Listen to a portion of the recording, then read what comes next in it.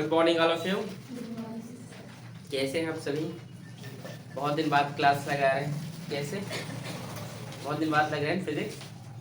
बाकी आप लोग चैप्टर 7 और 8 तो अच्छे से कर लिए हो तैयारी?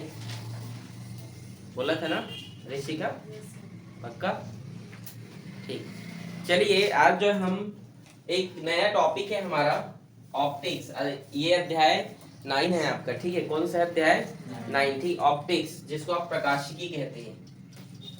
अध्याय 9 जो क्या है? प्रकाशिकी है। ऑप्टिक्स इंग्लिश में क्या कहते हैं इसको? ऑप्टिक्स। इसको हम पूरे डिटेल से पढ़ेंगे, बड़े ध्यान से समझिएगा आप। देखिए प्रकाशिकी होता क्या है। तो ये भौतिकी, जो भौतिक का एक शाखा है, भौतिकी का क्या है, एक ब्रांच है जिसमें हम प्रकाश लाइट के बारे में स्टडी करते हैं, अध्ययन करते हैं। यही प्रकाशिकी कहलाता है। समझे कि नहीं? प्रकाशिकी क्या है? तो भौतिक विज्ञान की एक ऐसी शाखा जिसमें हम क्या करते हैं, लाइट का स्टडी करते हैं, प्रकाश के बारे में अध्ययन करते हैं, प्रकाशिकी कहलाता है। आपको पता है आप बचपन से जो है प्रकाश से जुड़े हुए हो। बचपन से लाइट आप देखते आ रहे हैं, नेचुरल चीजें देखते आ रहे हैं, और आपको बचपन में यही सब पढ़ाया जाता है। स्टार्टिंग में आप याद करो, जब आप छोटे रहते हो तो उत्तर दिशा, दक्षिण दिशा, सूर्य की किरणें, सूर्य में 7 रंग होते हैं, इंद्रधनुष होते हैं, रंग भरो, ऐसे करके बचपन से ही आपको फिजिक्स पढ़ाया जाता है। लेकिन आप समझ नहीं पाते हैं, सिंपल सिंपल फिजिक्स आपको उस टाइम पढ़ाया जाता है। पढ़ाते हैं कि नहीं? देखो इंद्रधनुष में 7 रंग, ऐसे करके आपको पढ़ाया जाता है। लेकिन आज हम जो स्टार्ट करेंगे पूरे बेसिक से स्टार्ट करेंगे। आज में इंट्रोडक्शन क्लास है, ठीक है? 2 दिन इसके इंट्रोडक्शन रहेगा, ठीक है? आज और कल 2 दिन इसको इंट्रोडक्शन करेंगे इसका, उसके बाद इसके मेन बेस पर पढ़ेंगे, ठीक है? हाँ, तो ये भी मेन बेस ही है, लेकिन इसके बारे में सबसे पहले हम जान रहे हैं कि प्रकाश होता क्या है, ठीक है? तो प्रकाशिकी, ये इसके 2 प्रकार होते हैं। कितने प्रकार? एक होता है रे ऑप्टिक्स। क्या होता है? इसको इंग्लिश में कहते हैं किरण प्रकाशिकी, ठीक है? दूसरा होता है तरंग प्रकाशिकी। क्या है? इसको इंग्लिश में वेव ऑप्टिक्स कहा जाता है, ठीक है? देखिए किरण प्रकाशिकी, जिसे इंग्लिश में रे ऑप्टिक्स कहते हैं, और इसे क्या कहा जाता है? Wave optics. अगर हम आगे बात करें तो इसका सिद्धांत देने वाले वैज्ञानिक का नाम था न्यूटन, और इसके थ्योरी जो दिए थे, सिद्धांत जिन्होंने दिया था उसका नाम है हाइगन। 2 अलग अलग वैज्ञानिकों ने दिया था, इसीलिए इसको कहा जाता है न्यूटन का कणिका सिद्धांत। किसे कहते हैं? परीक्षा में पूछा जाता है, तो याद रखेंगे क्या है वो? किरण प्रकाशिकी, ठीक है? आ रहे समझ में? तो आगे हम इसको और डिटेल करते हैं। इसका सिद्धांत किसने दिया था? न्यूटन ने। और कैसा सिद्धांत है? कणिका सिद्धांत, ठीक है? इसका सिद्धांत किसने दिया था? बोलिए। हाइगन ने। किसने? हाइगन। हाइगन का तरंग सिद्धांत कहते हैं इसको, यहाँ पे लिखते हैं, ठीक है? हाइगन का तरंग सिद्धांत, और ये क्या है? न्यूटन का कणिका सिद्धांत। तो इस सिद्धांत के अनुसार हम क्या क्या पढ़ेंगे इसके बारे में समझते हैं, ठीक है?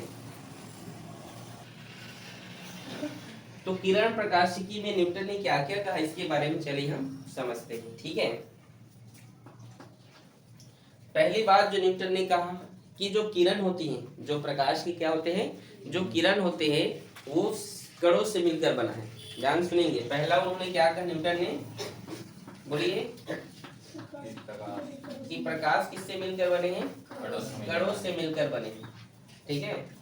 दूसरा बात उन्होंने क्या कहा कि जो प्रकाश है वो कैसी रेखा में गमन करती है? सीधी रेखा, स्ट्रेट लाइन। पहला क्या कहा कि वो पार्टिकल से बने होते हैं। दूसरा कि वो कैसे मोशंस करते हैं, किस लाइन पे? तो स्ट्रेट लाइन पे, सीधी रेखा पे क्या करते हैं? वहां गमन करते हैं, ठीक है? तीसरी बात उन्होंने जो कहा वो कहा कि प्रकाश जो होते हैं 7 रंगों से मिलकर बने होते हैं। क्या कहा?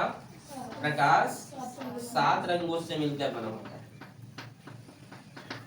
उन्होंने चौथा कहा कि प्रकाश में क्या होता है? परावर्तन होता है।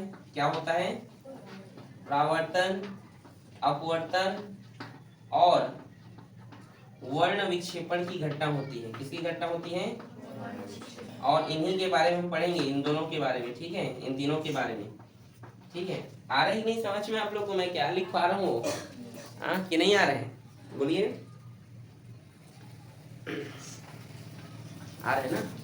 और पांचवा उन्होंने कहा कि प्रकाश की अनुभूति क्या होती है, हमारे रेटिना पर जब प्रकाश की कण पड़ते हैं तब हमें क्या होता है, प्रकाश की अनुभूति होती है। किसने कहा ये सब? न्यूटन ने कहा। ठीक है, ठीक है जी। पांचवा उन्होंने क्या कहा कि हमें प्रकाश की अनुभूति कैसी होती है, रेटिना से। जब प्रकाश के कण क्या होते हैं, जब प्रकाश के कण क्या करते हैं, हमारे आंखों पे पड़ते हैं, हमारे रेटिना पे, तब हमें उसकी अनुभूति होती है, ऐसा उन्होंने कहा। किसने कहा? न्यूटन ने कहा। समझ में आ रहा है आपको? कौन याद है? किसी कोई दिक्कत? तो ये न्यूटन की कड़ी का सिद्धांत है, जो कि गलत है। ठीक है, कैसे गलत है? देखो, इसमें से कुछ चीजें सही है, ऐसा नहीं कि पूरा गलत है। जैसे न्यूटन ने पहला चीज कहा कि प्रकाश कणों से मिलकर बना, ये बात गलत है। प्रकाश कण से मिलकर नहीं बना है। पूछो क्यों? अगर प्रकाश कण से मिलकर बना होता तो आप जानते हैं कोई भी कण जो है अगर उसमें से निकलते जाएगा तो छोटा हो जाएगा, होगा कि नहीं? जैसे सूर्य है, अगर वो कण से बना होता, ठीक है, तो उसका प्रकाश बहुत असंख्य रूप से, अनंत रूप से निकल रही तो अभी तक सूर्य क्या हो गया रहता? छोटा हो गया रहता। आपके घरों की बिजलियां, यहाँ से प्रकाश निकल रहे हैं, तो वो तो अभी तक छोटा हो गया रहता आपका बल्ब, लेकिन वो तो सालों साल तक चलते रहता है। हाँ, समझ लो मैं क्या कहना चाहता हूँ? तो ये बात रिजेक्ट हो गया कि प्रकाश कण से मिलकर नहीं बने होते हैं। न्यूटन ने भले बोला था, उन्होंने माना भी, लेकिन अब बाद में हम पढ़ेंगे जब डी ब्रॉगली, जब हम डुअल नेचर पढ़ेंगे। क्या पढ़ेंगे? मैक्स प्लैंक का जब हम डुअल नेचर पढ़ेंगे और डी ब्रॉगली का, तब उसमें हम पढ़ेंगे कि जो प्रकाश किससे डुअल नेचर होता है, लाइट में क्या होता है, डुअल नेचर होता है। वो भी तो कुछ सोच समझ कर दिए होंगे, लेकिन वो पूर्ण रूप से जो लाइट होते हैं सिर्फ और सिर्फ कण से मिलकर बने होते हैं, ऐसा उन्होंने गलत कहा था, ऐसा वैज्ञानिकों ने कहा। ये बात उनका सही था कि प्रकाश कैसी रेखा में गमन करती है, सीधी रेखा में गमन करती है। 7 रंगों से बना होता है, ये भी बात उन्होंने सही कहा कि प्रकाश में कितने रंग होते हैं, और प्रकाश में 7 रंग होते हैं। ये देने वाले वैज्ञानिक ही कौन थे? न्यूटन थे। कौन थे? याद रखें, कई लोग इसको जानते नहीं है, लेकिन उन्होंने एक बात गलत कहा था। 7 रंग तो होते हैं, लेकिन उसका कारण उन्होंने गलत बताया था। क्या कारण दिया था जानते हो? प्रकाश में 7 रंग तो होते हैं, और 7 रंग जैसे बैगनी के, लाल के, सबके अलग अलग कण होते हैं। उन्होंने कहा सबके अलग अलग पार्टिकल्स होते हैं। जैसे सफेद, जैसे बैगनी के अलग पार्टिकल्स होंगे, लाल रंग के अलग पार्टिकल्स होंगे, जो कि गलत है, ऐसा नहीं होता है। 7 रंग होते हैं, ये सही बोला, लेकिन उनका जो रीजन दिया वो गलत था। क्या रीजन दिया? कि सभी रंगों के अलग अलग क्या होते हैं, कण होते हैं। चौथा चीज, हाँ, ये भी लिया गया। और पांचवा चीज, रेटिना, इसको नहीं माना गया कि हमें प्रकाश की अनुभूति, प्रकाश के जो कण होते हैं हमारे रेटिना पर पड़ता है तो हमें प्रकाश की अनुभूति होती है। ये गलत है। कैसे गलत है? देखो, पहला चीज तो उन्होंने कहा कि प्रकाश क्या होता है, कण से बना है, और हमारी आंखें, जो रेटिना इतना सेंसिटिव है कि छोटा सा तिनका भी अगर पड़ जाता है चौक का, तो कितना जो है तकलीफ होता है। और सूर्य से तो असंख्य जो है, ये आपकी लाइट से असंख्य किरणें निकल रही हैं, तो अभी तक तो आंखें जो इतना चुभते रहता है कि पूछिए मत। सही की गलत? नहीं समझे मैंने क्या कहा? समझे कि नहीं? आ रहा है लेक्चर समझ में? ठीक है, तो ये गलत बोला कि रेटिना जो है, देखो ये ध्वनि के लिए, ध्वनि जैसे एग्जांपल दे दिए। ध्वनि में अब क्या होता है कि किसी भी साउंड के जो कण होते हैं हमारे कानों से टकराते हैं, उसके कण फिर हमें सुनाई देते हैं। उसी के अकॉर्डिंग उन्होंने ये भी दे दिया कि प्रकाश के कण क्या होते हैं, रेटिना से टकराते हैं और हमें उसकी अनुभूति होती है। जबकि अगर वो कण है और टकराएगा तो हमें चोट तो लगेगा। और असंख्य किरणें हैं, ह्यूज किरण। ठीक है, आ रहा है समझ में यहाँ तक? देखिए आगे है, हाइगन ने क्या बोला? हाइगन ने, हम मुख्य बातों को बात कर रहे हैं। हाइगन ने कहा कि प्रकाश सीधी रेखा में गमन नहीं करती है, प्रकाश टेढ़ी मेढ़ी तरंग के रूप में क्या करती है, गमन करती है, ऐसा हाइगन ने कहा। सभी वैज्ञानिक ने अपना अलग अलग थ्योरी दिया। ठीक है, तो हाइगन ने भी कहा कि प्रकाश जो है कैसी है, वो तरंग के रूप में जो है गति करती है। उन्होंने सीधी रेखा बोला, और जबकि इसमें इन्होंने क्या कहा, तरंग के रूप में। दूसरा उन्होंने कहा, दूसरा बात कि जैसे इसमें परावर्तन, अपवर्तन और वर्ण विक्षेपण की घटना होता है, इसमें भी क्या होता है, विवर्तन, ध्रुवण, और जो है एक होता है इसका व्यतिकरण। ये हम तीनों पढ़ेंगे, व्यतिकरण, इंटरफेरेंस, विवर्तन, डिफ्रेक्शन और ध्रुवण, पोलराइजेशन, इन तीनों का क्या होता है, घटना होता है। लिख दे रहा हूं यहाँ पे, व्यतिकरण, व्यतिकरण की घटना होती है, विवर्तन और पोलराइजेशन, ध्रुवण, इन तीनों की घटना होती है। ऐसा किसने कहा, हाइगन ने कहा। ठीक है, न्यूटन ने क्या कहा था, प्रावर्तन, अपवर्तन, वर्ण विक्षेपण, और इन्होंने कहा हाइगन ने व्यतिकरण, विवर्तन, ध्रुवण, ठीक, इंटरफेरेंस, डिफ्रेक्शन और पोलराइजेशन, इन तीनों चीज की क्या होती है, यहाँ पे घटना होती है। समझे कि नहीं आप लोग? तो ये है आपका एक बेसिक सा कॉन्सेप्ट। ठीक है, आगे बढ़े, यहाँ तक कोई दिक्कत?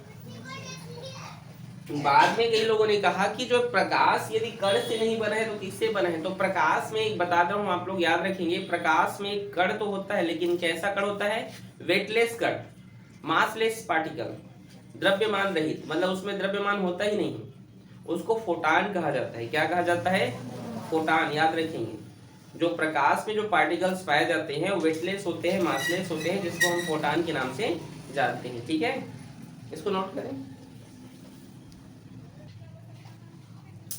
चलिए अगला हम देखते हैं परावर्तन, क्या रिफ्लेक्शन कहते हैं इसको, रिफ्लेक्शन। देखिए रिफ्लेक्शन, परावर्तन के कारण ही हम किसी वस्तु को देख पाते हैं। जैसे यदि आप मेरे को देख पा रहे हैं, मैं आप लोग को देख पा रहा हूं, तो किस कारण है, परावर्तन के कारण। अगर परावर्तन नहीं होता तो मैं आप लोग को देख, या आप मुझे देख नहीं पाते। ठीक है, परावर्तन क्या होता है, तो देखिए ये आप सब छोटे क्लास में पढ़े हैं, पढ़े हो कि नहीं? ठीक है, परावर्तन क्या है, यदि कोई प्रकाश की किरण, ठीक है, इसकी, यदि कोई प्रकाश की किरण समांगी माध्यम से, ठीक है, या ऐसे बोलते हैं, यदि कोई प्रकाश की किरण किसी पृष्ठ पर क्या होती है, इंसिडेंट होती है, आपतित होती है, ये आपतित किरण है। क्या है ये, यदि कोई प्रकाश की किरण किसी पृष्ठ पर क्या होती है, आपतित होती है, तो वह उसी माध्यम में क्या होती है, वापस लौट जाती है। इसे आप कहते हैं परावर्तित किरण। क्या कहते हैं इसे आप, परावर्तित किरण। यदि कोई प्रकाश की किरण किसी पृष्ठ पर क्या होती है, किसी सतह पर आपतित होती है, तो वह उससे टकराकर पुनः परावर्तन की घटना करती है, और क्या होती है, उसी माध्यम में वापस लौट जाती है। आ रही नहीं समझ में आप लोग को? ठीक है, समझे कि नहीं? नहीं आ रहा है? ठीक है, या कोई प्रकाश की किरण किसी पृष्ठ, किसी चमकदार पृष्ठ से टकराती है, तो पुनः उसी माध्यम में क्या होती है, वह वापस लौट जाती है। उसी घटना को हम क्या कहते हैं, परावर्तन कहते हैं। यदि हम इसके बीच में क्या खींच दें, नॉर्मल लंब खींच दें, क्या जी, ठीक है, ये इसको नॉर्मल कहते हैं। ठीक है, तो ये है आपतन कोण जो आई होता है, और ये क्या होता है, परावर्तन कोण। ठीक है, समझे कि नहीं? यहाँ तक परिभाषा आप लोगों को समझ में आना चाहिए। परिभाषा आपने लिखा, क्या लिखा, कि किसी सतह पर आपतित प्रकाश किसी सतह पर क्या होती है, आपतित होती है, तो पुनः उसी माध्यम में वह क्या होता है, वह वापस लौट जाता है। इस घटना को हम क्या कहते हैं, परावर्तन कहते हैं। समझ आया? परावर्तन के नियम, क्या नियम है, देखिए परावर्तन के मुख्य दो नियम है, लॉ ऑफ रिफ्लेक्शन, परावर्तन के नियम। पहला नियम ये कहता है कि आपतित किरण, परावर्तित किरण और लंब या अभिलंब भी कहते हैं। ठीक है, लिख दे रहा हूं, आपतित किरण, लंब और परावर्तित किरण, तीनों एक ही बिंदु पर बनते हैं। ये तीनों क्या करते हैं, एक ही बिंदु पर बनते हैं। याद रखेंगे, अलग अलग बिंदु पर नहीं बनेंगे, एक ही बिंदु पर बनते हैं। दूसरा चीज, आपतन कोण बराबर होता है किसके, परावर्तन कोण के। ठीक है, इसको इंसिडेंट एंगल कहते हैं, इसको रिफ्लेक्टेड एंगल कहते हैं। ठीक है, इसको इंसिडेंट रे कहते हैं, इसको रिफ्लेक्टेड रे कहते हैं। ठीक है, तो मैंने क्या कहा, आपतन कोण परावर्तन कोण के क्या होता है, बराबर होता है। समझ में आप लोग को? यहाँ तक किसी कोई दिक्कत नहीं? अगला चलिए हम देखते हैं परावर्तन के प्रकार। अगला हेडिंग क्या है हमारा, परावर्तन के प्रकार। पहला होता है जी नियमित परावर्तन। क्या होता है? इसको इंग्लिश में रेगुलर रिफ्लेक्शन कहा जाता है। क्या कहा जाता है इंग्लिश में? ठीक है। नियमित परावर्तन क्या है कि यदि किसी चमकदार, किसी चिकनी या किसी समतल सतह पर कोई प्रकाश की किरण आती है तो वह उसी माध्यम में इस प्रकार से वापस लौट जाती है। ठीक है, ये है नियमित परावर्तन। दूसरा होता है इर्रेगुलर, अनियमित परावर्तन। क्या है दूसरा? अनियमित। समझ आ रहा है पढ़ा रहा हूँ कि नहीं आ रहा है? तो कैसे नींद आ रहा है आप लोगों को? नींद आ रहा है क्या? अरे आगे वाले को देखो ना। ठीक है, नेहा को सोकर आई नहीं है क्या नेहा?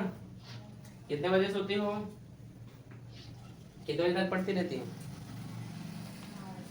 बस ना 12वीं कक्षा की आप छात्र हैं और 9 बजे तक ही आप पढ़ाई कर रहे हो। बहुत दुख की बात है ये तो। थोड़ा 11-12 बजे तक जग जग के पढ़ो अच्छे से। जल्दी उठा करो। कितने बजे उठती हो सुबह? 5। और जल्दी उठो।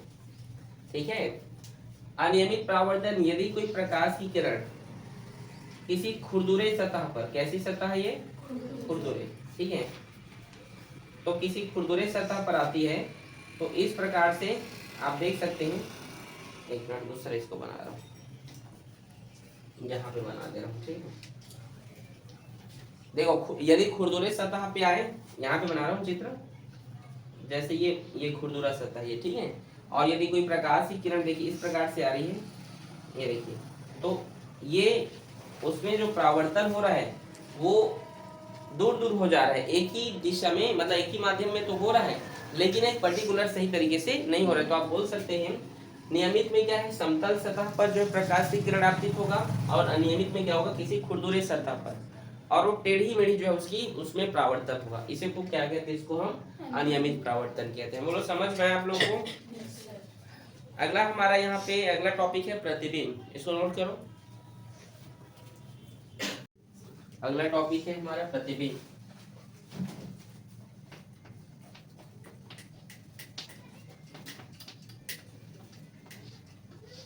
प्रतिबिंब, ठीक है।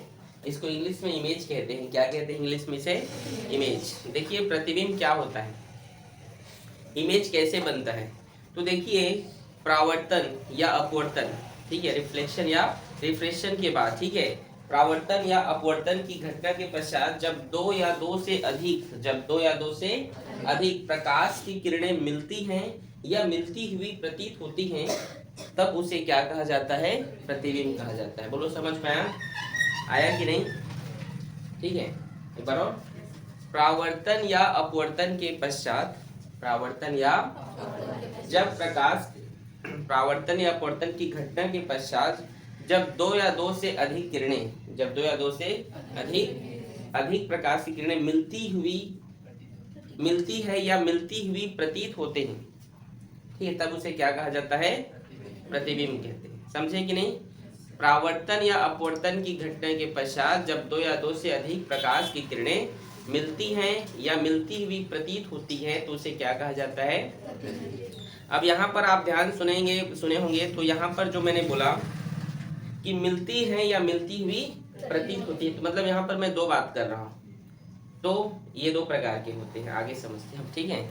तो इसके प्रकार, प्रतिबिंब कितने प्रकार के होते हैं? दो प्रकार। एक होता है वास्तविक प्रतिबिंब, और दूसरा होता है आभासी प्रतिबिंब। ये सब आप 10वीं क्लास में पढ़े हो ना? वास्तविक प्रतिबिंब और आभासी प्रतिबिंब। इसे इंग्लिश में कहते हैं रियल इमेज, और इसे कहते हैं वर्चुअल इमेज। ठीक है, आ रहा है समझ में? रियल इमेज और वर्चुअल इमेज। तो आभासी प्रतिबिंब क्या हो, सब वास्तविक प्रतिबिंब क्या होता है? वास्तविक प्रतिबिंब हमेशा कैसे बनता है? उल्टा बनता है। याद रखेंगे, नाम से तो लिखा है वास्तविक, लेकिन इमेज कैसा बन रहा है? उल्टा। याद रखिएगा, ठीक है। वास्तविक प्रतिबिंब इमेज कैसा बनता है? उल्टा बनता है। ठीक है जी। तो इसकी परिभाषा आप क्या कर सकते हैं वास्तविक प्रतिबिंब की? परावर्तन या अपवर्तन की घटना के पश्चात जब दो या दो से अधिक प्रकाश की किरणें आपस में मिलती हैं तो उसे वास्तविक प्रतिबिंब कहा जाता है। ठीक है, इसकी पहचान कैसे करेंगे? ध्यान से पढ़ो। इसकी पहचान हम कैसे करेंगे? इससे जो बना हुआ प्रतिबिंब वो कैसे बनेगा? हमेशा उल्टा बनेगा। कैसे बनेगा? उल्टा बनेगा। ठीक है, ठीक है, इन्वर्टेड बनेगा, याद रखेंगे ना। कैसे बनेगा? समझे कि नहीं? समझे? जैसे यदि मैं बोलूं, जैसे अगर मैं अपनी इमेज को कहीं पर देखूं, तो यदि मेरा सिर नीचे और पैर ऊपर हो तो समझना वो कैसा प्रतिबिंब है? वास्तविक प्रतिबिंब है। समझ में आया? इसे पर्दे पर प्राप्त किया जा सकता है। दूसरा इसमें और इसकी पहचान क्या? इसे पर्दे पर प्राप्त किया जा सकता है। इसे पर्दे पर प्राप्त किया जा सकता है। जैसे आप जानते हैं, थिएटर आप कभी गए होंगे तो आप अच्छा नहीं गए हो? 12वीं कक्षा में है आप लोग, मल्टीप्लेक्स गए हो तो कहाँ गए हो? कहीं से नहीं गए? मूवी थिएटर नहीं गए हो? कितने लोग गए हो? हाथ खड़े करो तो। सिर्फ एक लड़की गई है यहाँ से, वो भी मूवी देखने। और आप लोग कार्टून देखे हो? अरे ठीक है। वास्तविक प्रतिबिंब उल्टा होता है, इसे पर्दे प्राप्त। जैसे आपने टीवी में देखना, जो पिक्चर लगते हैं, ठीक है, उसमें आपने देखा होगा कि एक लाइट आता है, ठीक है, और उस स्क्रीन पर पड़ता है और वहां पर क्या होते हैं, हमें प्रतिबिंब दिखाई देने लगता है। तो आप बोलोगे सर थिएटर में तो सब सीधे सीधे दिखाई देते हैं। थिएटर आप गए होगे तो आपको पता है सीधे सीधे दिखाई देते हैं। वो सीधे दिखाई नहीं दे रहे हैं, उसको सीधा किया गया है। एक डिवाइस के माध्यम से क्या किया गया? उसको सीधा किया गया है। ठीक है, तो वास्तविक प्रतिबिंब उल्टा होता है और उसे पर्दे पर प्राप्त किया जा सकता है। जस्ट यहाँ पर इसका अपोजिट, ये सीधा होता है। आभासी प्रतिबिंब, विजुअल इमेज कैसे होते हैं? ये सीधा होता है और इसे पर्दे पर प्राप्त नहीं किया जा सकता है। समझे कि नहीं? आभासी प्रतिबिंब कैसा होता है? सीधा होता है, इसे हम पर्दे पर प्राप्त। जैसे आप सुबह से लेकर रात तक एक चीज देखते हो, लड़कियां श्रृंगार करती रहती हैं, तो उस इमेज की बात किया जा रहा है। कौन सा इमेज है? कौन सा एग्जाम्पल हुआ इसका? आपके घर का दर्पण, मिरर है ना। तो ये है, उसमें आपका सीधा बनता है कि नहीं? कि आपके सिर नीचे होते हैं, पैर ऊपर होते हैं उसमें, क्यों जी? सीधा बनता है ना। तो वो है आपका वर्चुअल इमेज है, उसे आप पर्दे पर प्राप्त नहीं कर सकते हैं। ठीक है, तो आपको प्रतिबिंब समझ में आया कि नहीं? पहले ये बताइए, आया? ये सीधा मतलब इरेक्ट होता है, और याद रखेंगे ना। ठीक है, ये इरेक्ट होता है और ये क्या होता है? इन्वर्टेड होता है। ठीक है, कोई दिक्कत किसी को? समझे कि नहीं? यहाँ तक कुछ पूछना है इसमें? पूछिए, पूछिए जी। नहीं पूछना है? ठीक है, इसको नोट करो। अगला हमारा टॉपिक है यहाँ पे दर्पण। दर्पण तो देखे हो निक्की? देखो ये इजी चैप्टर है कि नहीं है? अभी लग रहा है। अच्छा, दर्पण जिसे इंग्लिश में क्या कहते हैं हम? मिरर कहते हैं। आपने दर्पण देखा होगा। दर्पण कितने प्रकार के होते हैं? 3 प्रकार। कितने प्रकार के? 2 प्रकार के। ठीक है, एक होता है समतल दर्पण, दूसरा होता है गोलीय दर्पण। ठीक है, तो चलिए देखते हैं दर्पण की प्रकार। दर्पण एक्चुअल में होता क्या है? सबसे पहले इसका ये डेफिनेशन देख लेते हैं। दर्पण, मिरर। दर्पण एक ऐसी युक्ति है, दर्पण क्या है? एक जो उस पर आने वाली संपूर्ण प्रकाश किरणों को परावर्तित कर देती है। आप जानते हैं क्लास 11th में आपने पढ़ा है कृष्णिका, याद आ रहा है? कृष्ण पिंड, ब्लैक बॉडी, पढ़े हो ना? वो क्या करता है? संपूर्ण प्रकाश किरणों को अवशोषित कर लेता है। लेकिन दर्पण क्या है? दर्पण एक ऐसी युक्ति है जो उस पर आने वाली, जो उस पर आपतित होने वाली संपूर्ण प्रकाश किरणों को क्या कर देता है? परावर्तित कर देता है। ये किसका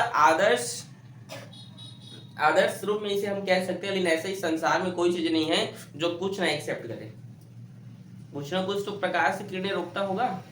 लेकिन हम परिभाषा के रूप में ऐसा मान लेते हैं कि दर्पण एक ऐसा युक्ति है जो अपने ऊपर आने वाली संपूर्ण प्रकाश किरणों को क्या कर लेता है? परावर्तित कर देता है। तो याद रहेगा, डेफिनेशन रटने वाला है क्या कहीं पर? साहू जी ठीक, समझे यहाँ तक? कोई दिक्कत? दर्पण 2 प्रकार के होते हैं। एक होता है समतल दर्पण, प्लेन मिरर कहते हैं इसको इंग्लिश में। ठीक है, क्या कहते हैं? और दूसरा होता है गोलीय दर्पण। स्फेरिकल मिरर, ठीक है, गोलीय दर्पण, ठीक है। देखिए समतल दर्पण क्या होता है? समतल दर्पण जिसका परावर्तित पृष्ठ क्या हो, समतल हो, प्लेन हो, मतलब जिसका पृष्ठ क्या हो, समतल हो, वो समतल पृष्ठ कहलाएगा। गोलीय पृष्ठ जिसका परावर्तित पृष्ठ मतलब जिसका जो सरफेस, जिसका सतह हो कैसा हो, गोल हो भाई, स्फेरिकल हो। कौन सा मिरर है वो? गोलीय दर्पण। बोलो समझ में आया? आया कि नहीं? बोलिए, नहीं आया? समतल दर्पण जिसका जो पृष्ठ है, परावर्तित पृष्ठ, जहां पर परावर्तन होना है, परावर्तन की क्रिया होना, वो पृष्ठ कैसा हो, समतल हो, तो समतल दर्पण। और जिसका परावर्तित पृष्ठ कैसा है, रिफ्लेक्शन सरफेस कैसा हो, जिसका स्फेरिकल हो, क्या कहलाएगा? गोलीय दर्पण। गोलीय दर्पण जो है दो प्रकार के होते हैं, एक होता है उत्तल दर्पण और एक होता है अवतल दर्पण, ठीक है। उत्तल दर्पण और अवतल दर्पण, ठीक है। उत्तल को हम कहते हैं कॉन्वेक्स और अवतल को कहते हैं कॉनकेव, ठीक है। कॉन्वेक्स और कॉनकेव मिरर, ठीक है। उत्तल दर्पण और अवतल दर्पण, ठीक है। आपने दोनों दर्पण देख लिए हो, आप पता है आप लोग को। इन दोनों दर्पण के बारे में भी हम पढ़ाएंगे, ठीक है। तो सबसे पहले आज अभी हम पढ़ेंगे समतल दर्पण के बारे में, ठीक है। तो चलिए मैं समतल दर्पण के बारे में आपको डिटेल से पढ़ा रहा हूँ। यहाँ तक किसी कोई समस्या तो नहीं है ना? अब डेफिनेशन जो बोल रहा हूँ ऐसा पॉसिबल नहीं है भाई कि आप डेफिनेशन भी लिखो सर यहाँ पे, तो मेरे से ये नहीं होने वाला, ठीक है। RS में इतने बड़े बड़े हो गए हो सर, जो बोल रहे हो उसको लिखो, ठीक है, ऐसा नहीं, ठीक है। आप इतने बड़े हो गए हैं कि आप लोग लिख सकते हैं, क्यों नहीं लिख सकते? क्या लिख सकते हो ना? ठीक, चलिए हम अब एक समतल दर्पण बनाते हैं, ठीक है। देखिए ये एक समतल दर्पण है, ठीक है। ये क्या है, इसका पॉलिश किया गया है इसको। अच्छा, दर्पण को जो है टीन या मरकरी से उसको क्या किया जाता है, उसके पीछे जो रहता है उसको पॉलिश किया जाता है। वो किसका बना रहता है? टीन या मरकरी का, ठीक है। यहाँ पर एक वस्तु है, वस्तु को कुछ इस प्रकार से हम शो करते हैं। देखो कभी भी इमेज बनने के लिए कितने चीज चाहिए हमें, बताइए? दो चीज, दो किरण। वैसे तो असंख्य किरण आप ले सकते हैं, 3 4 5 किरण से बना, और असंख्य किरणें आ भी रही हैं, लेकिन हम जो है अगर हमें इमेज बनाना है तो कम से कम 2 हमें चाहिए, और अधिक से अधिक तो कुछ होगा, समझे कि नहीं? इमेज बनने के लिए कितने किरण? 2, ठीक है। तो ये एक वस्तु है, इसका नाम मैं दे देता हूं A B। ये वस्तु को इस प्रकार से बनाते हैं, इसके ऊपर वो शीट्स कहते हैं, नीचे को पात कहा जाता है, ठीक है, मतलब इसके नीचे का भाग, ठीक है।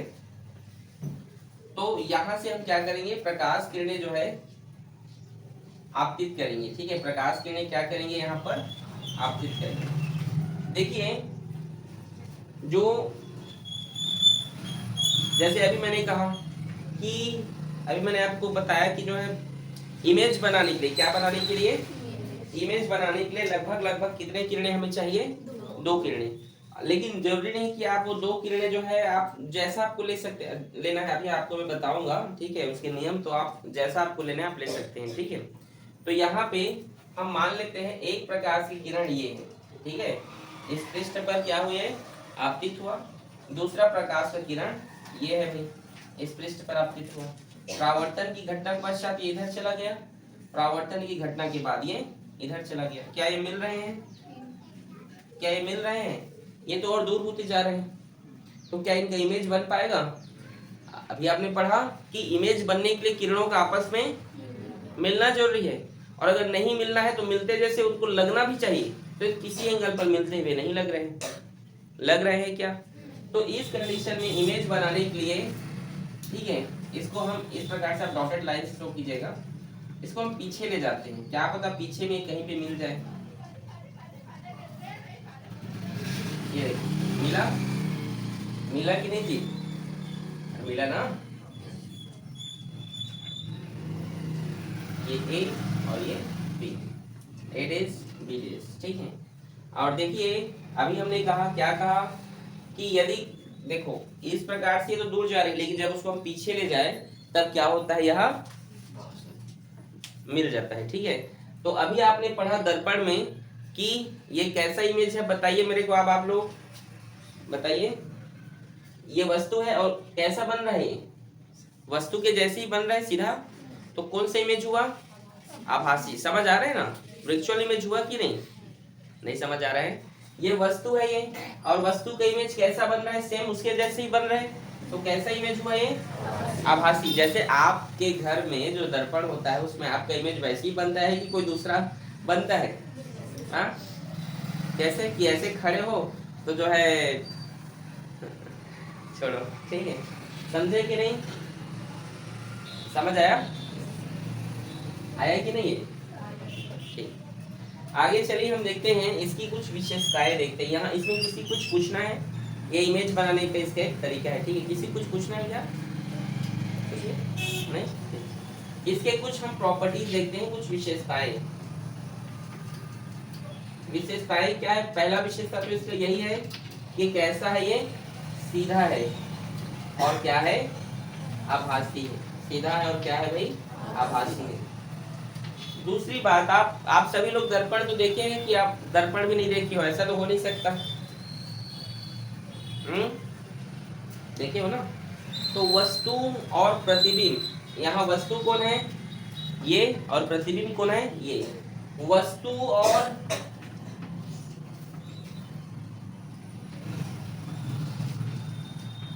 और प्रतिबिंब की जो दूरी होती है वो क्या होती है, समान होती है। दूसरा यहाँ पे लिख सकते हैं, जो दूरी होती है वस्तु और प्रतिबिंब की, ठीक है, वो क्या होता है, वह समान होता है। यहाँ पे आप लिखेंगे वस्तु और प्रतिबिंब की दूरी आपस में क्या होता है, समान होता है, याद रहेगा।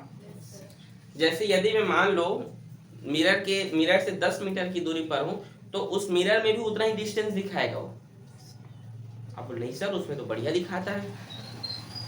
आप जैसे जैसे पास आते जाते हो वो दर्पण में भी आप आगे आते जाते हो, सही की गलत, आप ये सब देखे हो। कई लोग इसलिए देखना, फोटो खिंचाएंगे तो ऐसे खिंचाते हो ना, हाँ राहुल जी, ये खिंचाते हो भाई, क्यों प्लीज, ये ताली समझ आ रहा है लेक्चर। मतलब यहाँ पे क्या बोल रहा है कि, ठीक है, ये बोल रहा है कि वस्तु और प्रतिबिंब की दूरी आपस में क्या होता है, समान होता है। अगर मैं 10 मीटर की दूरी पर हूं तो वो भी मुझे कितना डिस्टेंस दिखाएगा, 10 मीटर की, ठीक है, ठीक है। तीसरा आप ये लिखेंगे, क्या लिखेंगे तीसरा,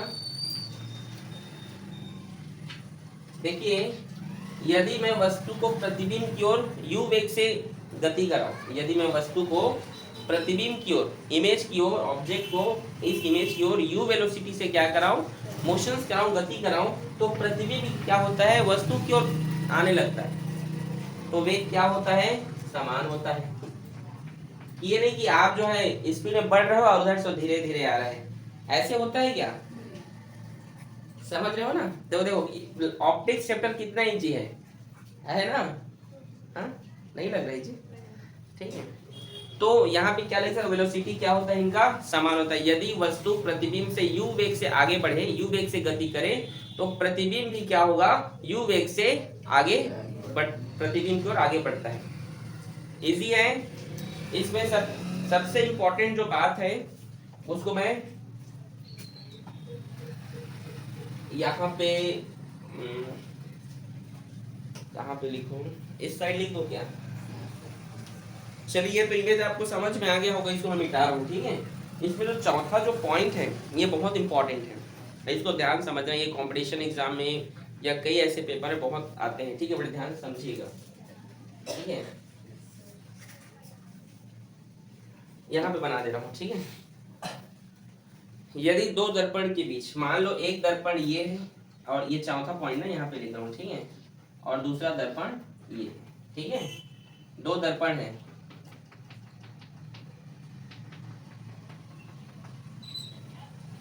ये दर्पण M1, ये दर्पण M2, ये थीटा वेग से इस प्रकार से झुके हुए हैं, ठीक है, आपस में जुड़े हुए हैं, ठीक है, ये झुके हुए थीटा से, ठीक है, थीटा कोण से ये नीचे झुके हुए।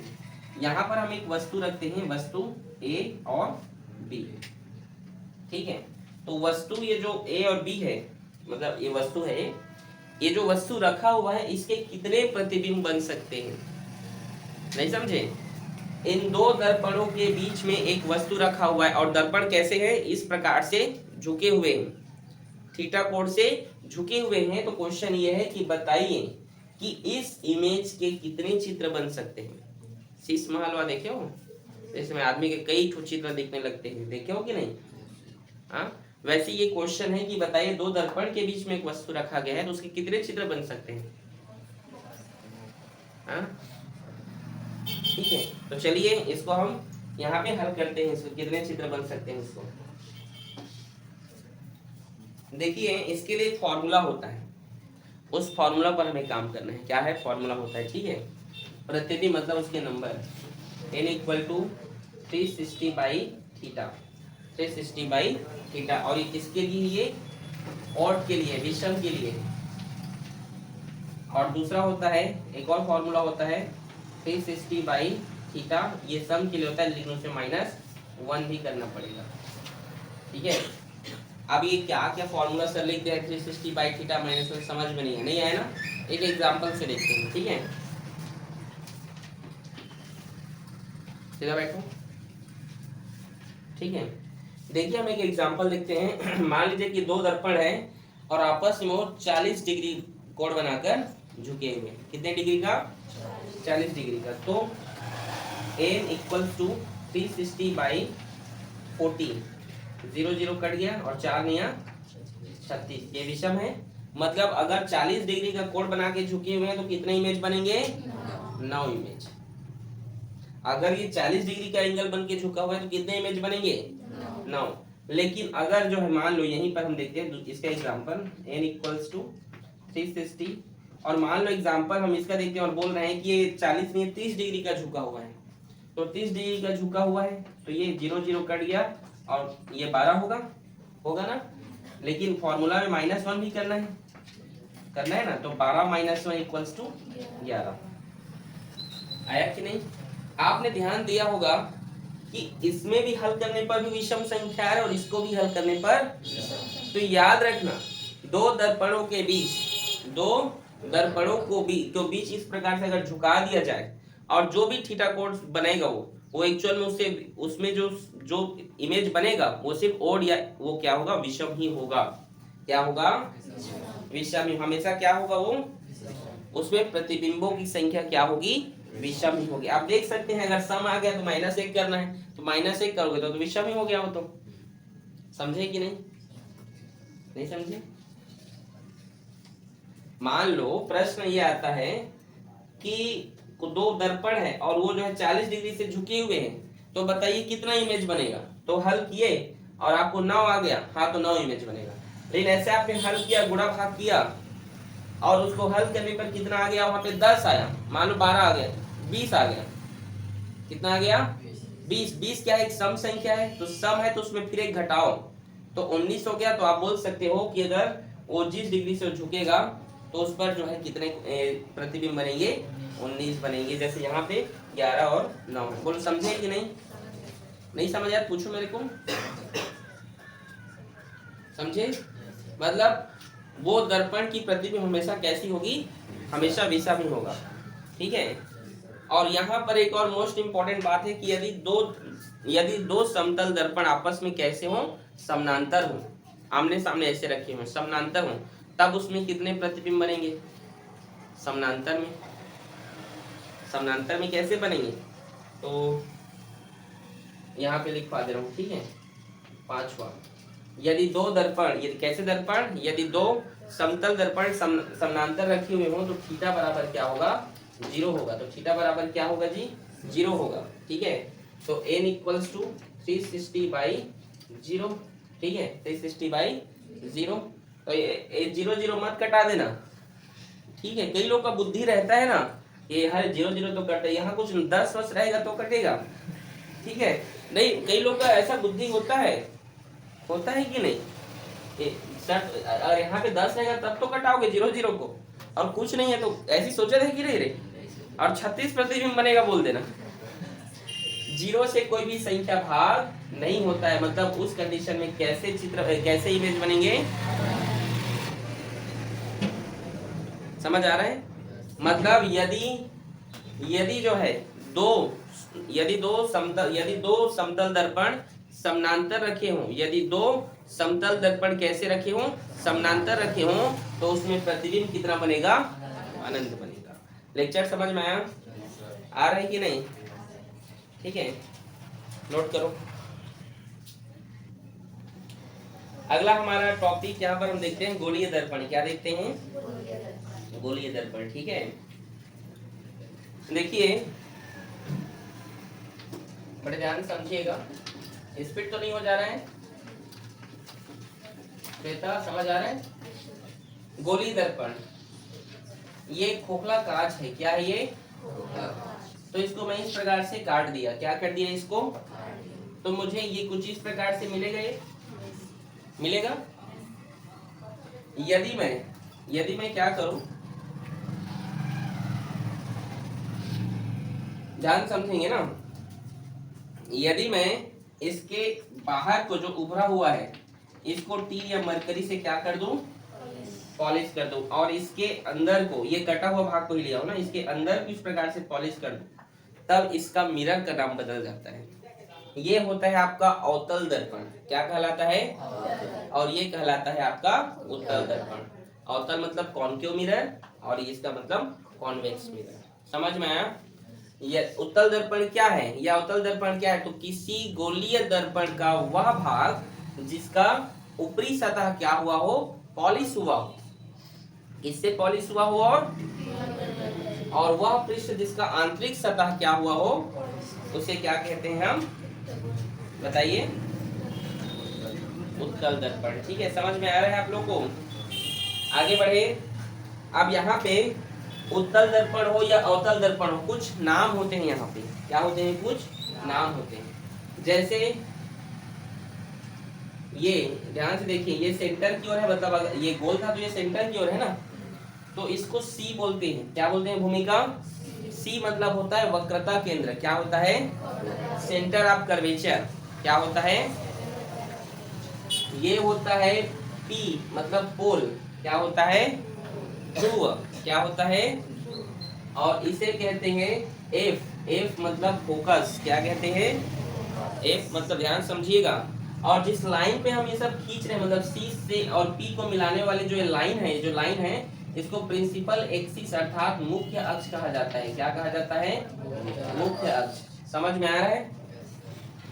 ये जो लाइन है, ठीक है। अच्छा, ये अवतल दर्पण से लेके अभी हम बना रहे हैं। ठीक है, ये पहले दर्पण में होना पड़ेगा ना। अब देखिए, ये यहाँ से इस पॉइंट से लेकर इसके ये शीर्ष से लेकर पाद तक मिलाने वाली जो लाइन होगी, ठीक है, इसे कहा जाता है द्वारक। क्या कहा जाता है इसको? द्वारक। द्वारक मतलब इसमें उतना ही जो है क्या आएगा? लाइट आएगा जितना इसका मुख खुला हुआ है। द्वारक मतलब गेट है, उसको समझिए क्या है वो? एपर्चर। ठीक है, द्वारक। समझ गए? ये इसके कुछ नाम है, आप लोग को याद रखना पड़ेगा। ठीक है, याद रहेगा? याद रहेगा ना? ठीक है, ठीक है जी।